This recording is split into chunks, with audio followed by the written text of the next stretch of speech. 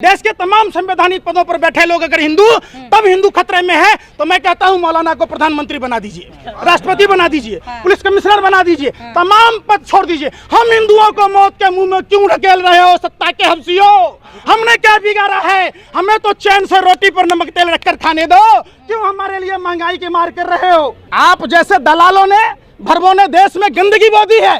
ये भारत सभी धर्मों के सम्मान की बात करता है। शासक ही मुर्गा लड़ाने का काम करेगा तो अमन भाईचारा कैसे कायम होगा? कि जिनके दोनों हाथ कटे हुए थे बिजली के करंट लगने से, वो आदमी दोनों हाथों से शोभा यात्रा पर पत्थर बरसा रहा था।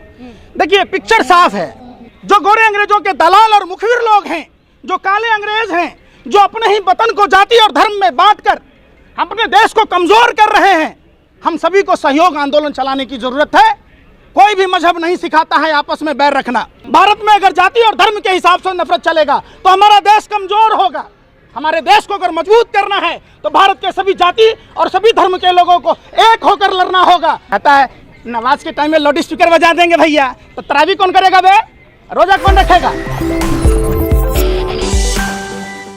रामनवमी के बाद से जिस तरीके से देश में जो ये दो धर्मों के बीच में जो बार बार हादसे सामने आ रहे हैं, क्या लग रहा है गलती किसकी है, हिंदू पक्ष या मुस्लिम पक्ष की?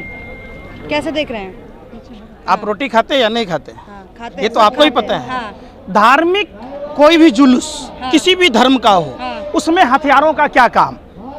अगर स्थानीय प्रशासन उसको अनुमति देता है तो स्थानीय प्रशासन की जवाबदेही होती है कि उस जो शोभा यात्रा है उसका सही रूप से संचालन हो। दूसरी बात कि जब शासक ही मुर्गा लड़ाने का काम करेगा तो अमन भाईचारा कैसे कायम होगा? कौन लोग थे? एक बार की शोभा यात्रा हुई, दूसरी बार की हुई, तीसरी बार में हादसे क्यों हुए?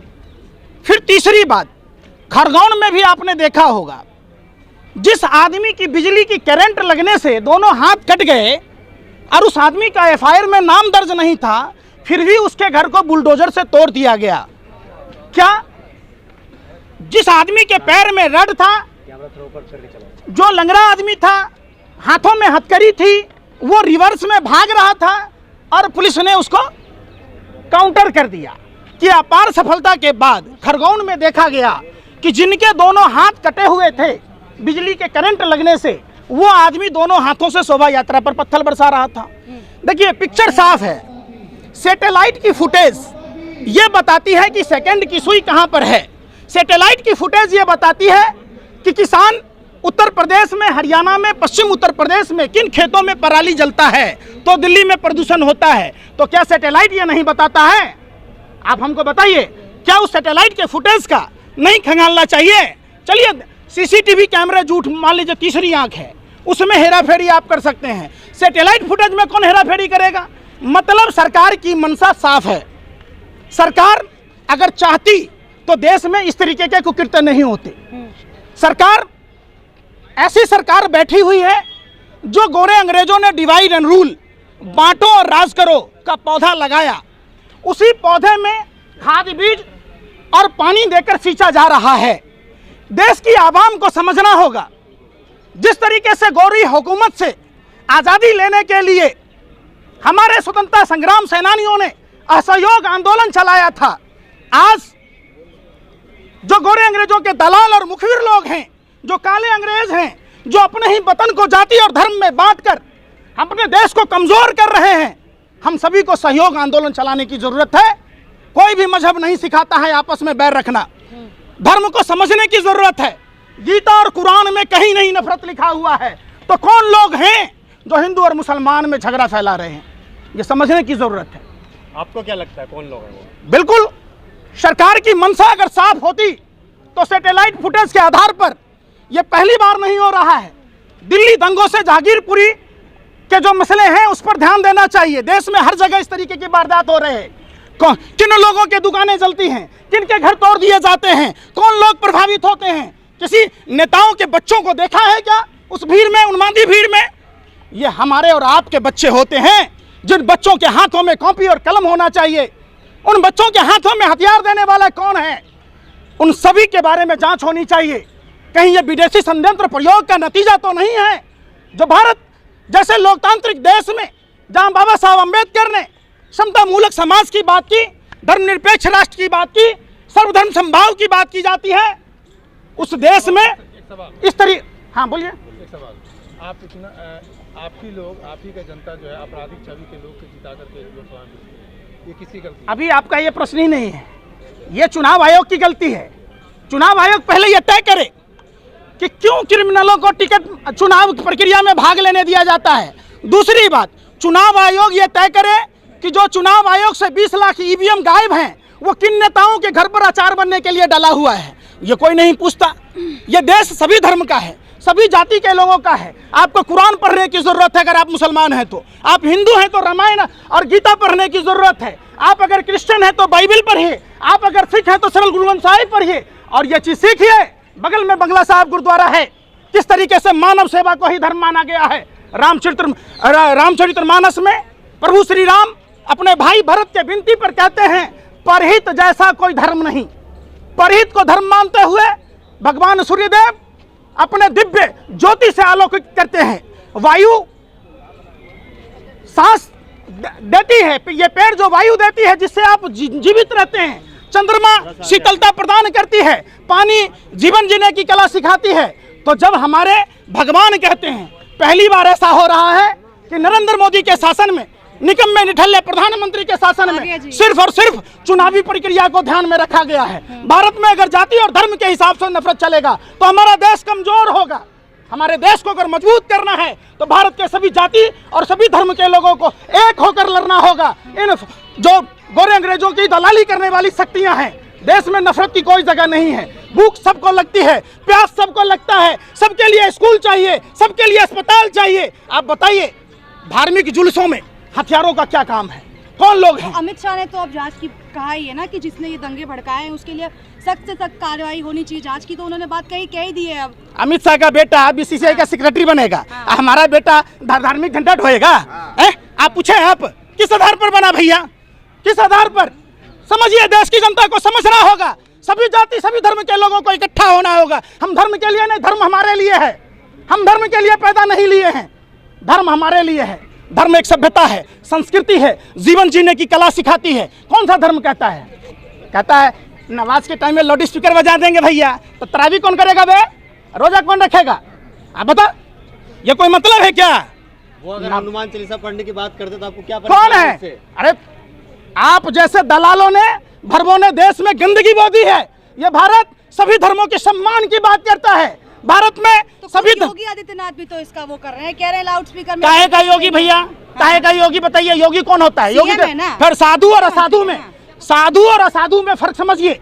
अगर आपको फर्क नहीं मालूम तो जाके रामचरितमानस पढ़िए।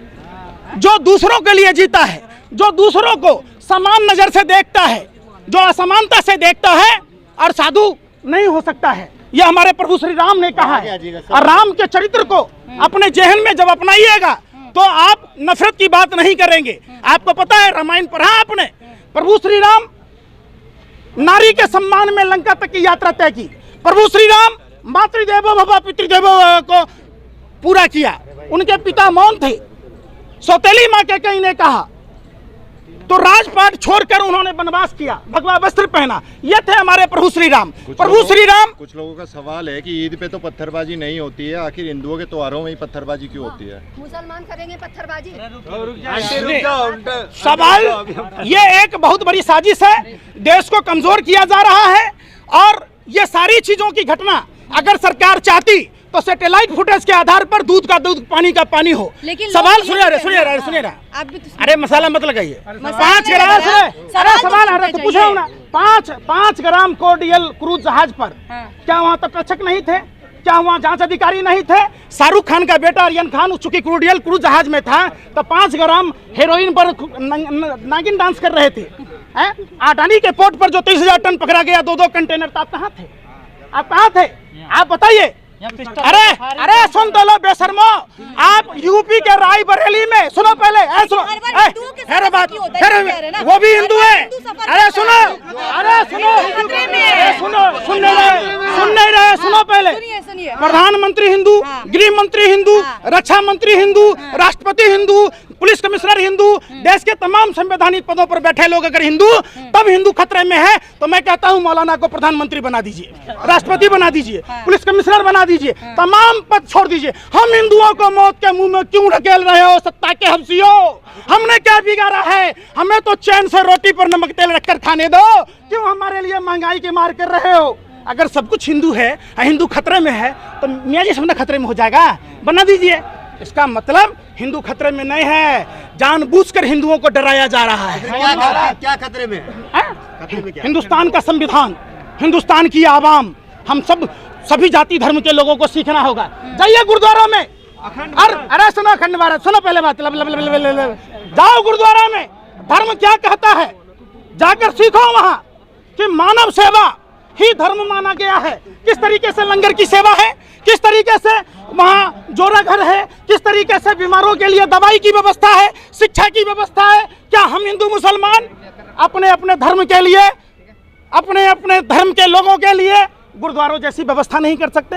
ये 8 साल से, अरे सुनो ना, हम आपको लगता है 8 साल से क्या मुजरा कर रहा है सब? क्या को मंदिर में है, 5 मंदिर में गुरुद्वारों जैसी व्यवस्था है, फिर आप क्यों नफरत फैला रहे हो? ये सवाल तो पूछने दीजिए, आप ये बताइए, संविधान सबके लिए बराबरी का हक देता है? लोग तो कह रहे हैं संविधान सबके लिए बराबरी का हक देता है? महंगाई से मतलब नहीं है, हमें योगी और मोदी जैसा ही नेता चाहिए। किसने कहा? जहां लोग कह रहे हैं। कौन लोग कह रहे हैं? आप अरे जनता सुनो, के बीच में गए हैं। ये कोई नहीं कहा, आप जनता के बीच ये में गए हैं। आप मीडिया के लोग और भाजपा के कुछ अंडोले बोलते, उनके पिताजी की फटी हुई चड्डी, फटी हुई बनियान, वो ढलान पर स्कूटर बंद कर देते हैं और वो कहता नहीं जी, तो कुछ आदमी संविधान सबके लिए बराबरी रखता है। आपने संविधान पढ़ा है? अरे आप सवाल का जवाब दीजिए, मैंने पढ़ा है, हम नहीं आपके पढ़ा बात का है। जवाब दें, आप हमको नहीं दीजिएगा। हम पत्रकार हैं, हमारा अधिकार है सवाल कोई बात करने नहीं, का। हम जनता है, आम आप ये जनता है, बताइए, आप हमसे हैं, बराबरी का हक आपको देता है। हमको खैर बात जरूरी नहीं है। आप पत्रकार सारे गैंगस्टर की भूमिका निभाते, आप हाँ, बिल्कुल, आप एक आतंकवादियों से 1000 गुना खतरनाक हो। आप लोगों ने देश की फिजा को खत्म कर दिया, आप लोगों ने अपने व्यापार करने के चक्कर में भारत का अमन भाईचारा कदम कौन कर रहा? मैं बुलाने गया, आप आए, आप लोगों को चाहिए, आप लोगों को चाहिए, सुन लो, ऐसा बात नहीं है। आप पहुंच जाते, बात करेगा इंदौर की, पहुंच जाओगे इस्लामाबाद, आपसे बात हो कानपुर की, करनाल की, आप चलो जाओगे काबुल और कंधार। को आप गैंगस्टर बता रहे हैं? बिल्कुल, एक आतंक, अरे सुन लो, अरे सुन रहे मौलाना साहब के मामले में आप क्या थे? कोरोना का जब WHO ने कहा उस समय आप लोग कहाँ थे? क्या 23 मार्च से बोलिए ना, खैर बोल रहे हैं आप? खबरदार, आप इस तरीके की सवाल नहीं कर सकते। इस देश की संपत्तियों में सुनिए, अरे क्यों नहीं बोल सकते? आप चला दोगे? आप ऐसा, अरे सुन लो मैडम जी, आप सुन लो, पहले आप कैमरा पीछे करो, आप भी करो। आप यूक्रेन चले जाते हो, आप यूक्रेन चले जाते हो, भारत में 2 वक्त की रोटी क्यों नहीं गए? कोडरमा क्यों नहीं गए?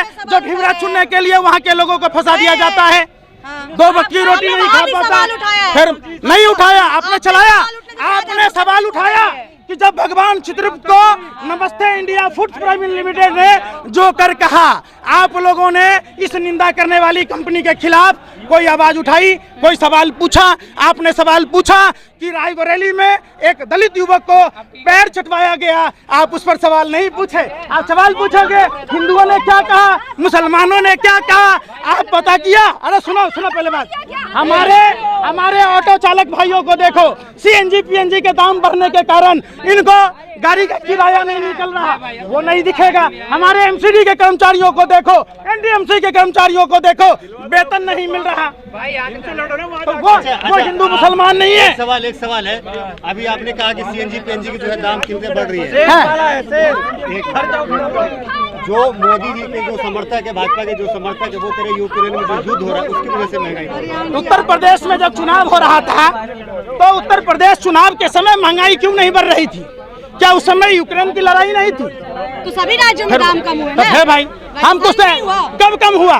जब हरियाणा में, हिमाचल में वोट का चोट पड़ा, और उत्तर प्रदेश चुनाव के बाद महंगाई क्यों बढ़ रही है? आप हमको बताइए। जब तक आप पालते रहिए शेर पालने का फर्ज, और आपके ऊपर लाखों का कर्ज हो गया।